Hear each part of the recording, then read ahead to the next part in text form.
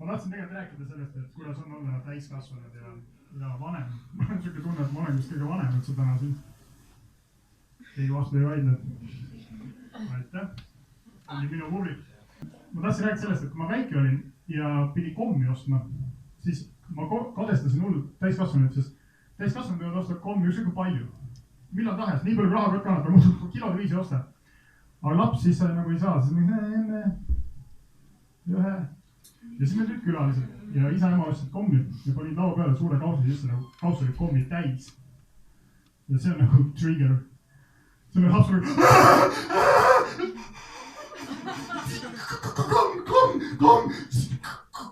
Komm! Aga täiskasvanud ümber laua, need olid nagu suht rahulikud. Ja nad ei söö nagu lapsed. Nagu mina lapsena nagu, mul on nii suur käsi, ma saan nii palju taskus pärast ka. Täiskasvanud võtavad nagu ühe. Nagu šokolaad. Ja siis nad tuleb trigger. Ja siis ma hakkasin mõtlema selle peale täiskasvanuks saanud. Et mis märgid on veel, kui sa nagu ise ka ei märka, kui sa hakkad nagu, kui sa oled täiskasvanud, kui sa oled vanemaks jäänud. Ja näiteks siin suvel on ilus ilm, seisan hoovis, päike paistab, siuke soe tuul puhub, kõik jumas chill, mõnus siuke. Ja nüüd selle asemel, et mõtelda, et läheks randa, võtaks mõned külmad igakobis võib-olla.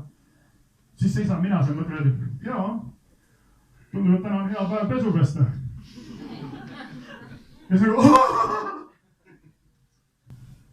ja täiskasvanuks saamine ongi just selline teema, kus sa nagu märkamatult hakkad nagu pidama lugu teistest asjadest. Näiteks mul on köögis, meil on naisele koos, mul on köögis. Mul on tekkinud kööki lemmikasjad. Mul on oma lemmikpann. Meil on 5 panni. Naisel pole vahet. Aga mina mingi, kus mu pann? Siin. Täna või mina süüa teha. Ja siis, kuna ta nii kerge ja ta kiiresti soojaks. Ja kui ma teen süüa, siis tuleb selline nagu õnnetunne, kui ma teen sahtli lahti ja ma võtan esimese kaane ja ta sobib täpselt. See on minu kaane. Ja üks asi, kuidas teate, et te oled täiskasvanud. Ma just elasin selle eelmine nädal läbi. Sa oled täiskasvanud, kui sa lähed Bauhofi, nüüd ma räägin meestest muidugi. Kui sa lähed Bauhofi ja sind valdab selline samasugune erutus, nagu kui sa väiksena läksid mänguasjade poodi.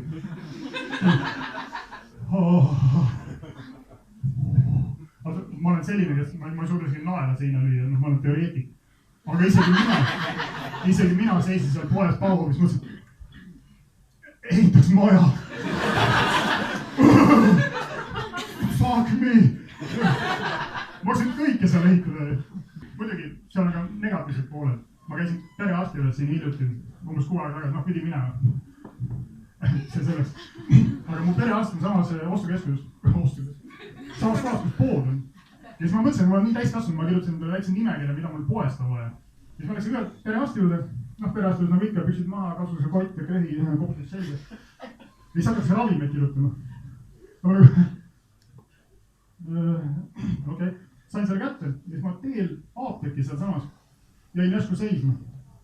Siis ma sain aru, et ma vanaksin. Sest ravimite nimekiri oli pikem kui see nimekiri, mis ma kaasasin, mis mul oli poest osta. Väiksena oli ka siuksed väiksed asjad, mida sa tähele ei pannud. Näiteks läksid diivani peale pikali. Väsinud, väsid silmaloo ja multid lõppesid ära.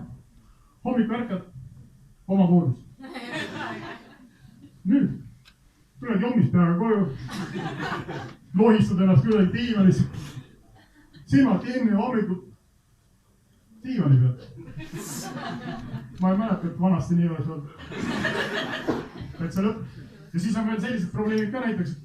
Ärkad hommikul üles. Kell heliseb. Ma pean vetsu minema. Ja siis lähed vetsu läbi siukse hämara koridori. Ja siis lähed vetsu ja siis seisad seal. No esiteks on keegi muidugi lambi ära vahetanud, see on 200 vatine. Seisad, siis võtad millestki kinni, kuna sa ei näe, vaata kõht on ees. Loodan, et on õige asi, mitte ei hoia kotte pea selle. Siis pused seal ja hakkad mõtlema, kurat, peabki niimoodi haisema või? kipitab ju silmad. siis ma mõtlen, mida ma eile sõin või oliive. äkki ma olen haige. nagu väiksena siukest probleemi ei olnud. savi. mõnikord ei jõudnud isegi vetsu. no nii, igal juhul väga lahe publik, minu nimi on Robert Sõnne ja aitäh teile.